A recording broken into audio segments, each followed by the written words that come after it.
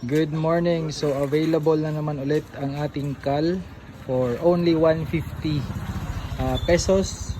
So ang isang manok ay lumitimbang na nasa 1 3/4.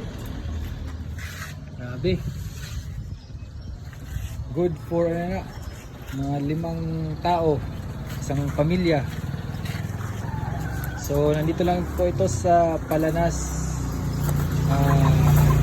Masbate, Barangay Poblasyon, Palanas, Masbate. Ito ay perfect pang ulam, pang pulutan, pang lechon, manok. Yan. Available na po ito at 150 pesos only. Good morning. So available na naman ulit